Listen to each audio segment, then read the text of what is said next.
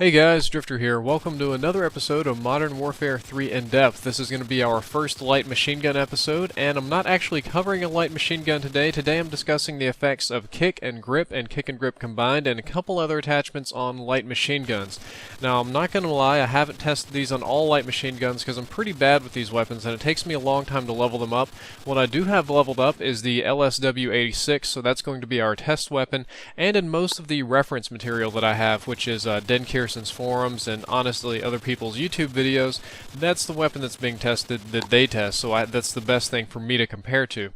And the footage that you're watching here is not me going crazy. I'm shooting at walls in hard hat using kick, using grip, and using kick and grip. Light machine guns have a slightly different property than other weapons in that their recoil, their actual bullet spread changes significantly whether you're standing, prone, or crouched, so I put this chart together to help make sense of it all. This handy-dandy little chart is a summary of all my test results, nice and categorized for you guys to make it easy to understand.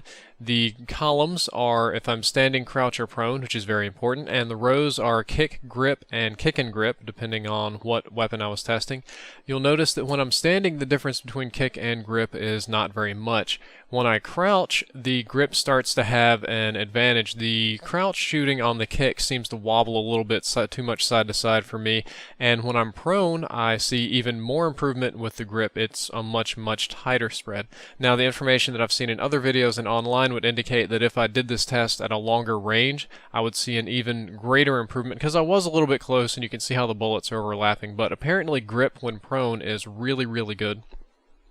You'll notice that the grip tends to have a little bit more horizontal recoil, vertical recoil, and the kick tends to have a little bit more horizontal. When I did the test, maybe it was a mental thing, maybe this was just my random kicking of the bullets, but it felt like the kick didn't really go up very much, like my gun didn't buck up, but it wobbled side to side a little bit. When using the grip, it felt like the gun was allowed to kick a little bit more upward, but the side to side recoil was almost negligible. Again, I don't have any hard data on this other than my little chart here and my experience, but that's how it seemed to feel to me, and I'd say the chart generally backs that up. Now, when we move down to kick and grip, you're going to see a slight improvement when standing, very slight, not very significant. You're going to see that crouch is about the same, and crouch and prone is maybe a little bit better. Again, I'm told that if I use these at a much greater distance, that I'm likely to see a bigger improvement, but the improvement between kick and grip and just using grip isn't really significant enough for me to say anything 100% on, and honestly, I would just use grip most of the time, grip and another attachment. That's really the way you're going to want to use most light machine guns. While the gameplay clips roll, I'll give you a couple of pro tips. Generally speaking, you should avoid rapid fire. You should be looking at the clips that I'm using right now, and you'll see that rapid fire adds a really crazy amount of recoil to the gun visually, and also it's so off from where the actual bullets are going. You might see me get kills where I'm probably aiming up at the sky, or maybe at some birds flying around these guys' heads and managing to hit their bodies, and that's really annoying for me. I really don't like having to aim that way, watching my gun kick and knowing that it's not really kicking, so I would honestly avoid rapid fire. There's also a pretty big discussion on Den's forums about the effect of rapid fire on these light machine guns and the effect of grip. There is the possibility that grip reduces the rate of fire, and there's also the possibility that rapid fire doesn't help it as much as the game guide says it does.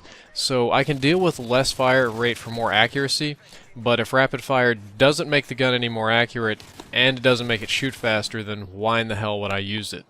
The next thing is that light machine guns are all very long-range weapons, and because they're long-range, I have a tendency to think like I'm actually in a war zone, or maybe like I'm playing Battlefield where it has big maps, and I want to put an ACOG sight on these guns. ACOG is going to decrease your center speed a little bit, so it's effectively adding a little bit more recoil. Not too bad in this game, especially if you have a grip or kick attachment on the weapon. However, the maps in this game are very small, and the amount that the scopes wobble is kind of annoying, because you're going to be very close to the people at all times, so there's not really a big reason to add ACOG sights or any other long-range sights.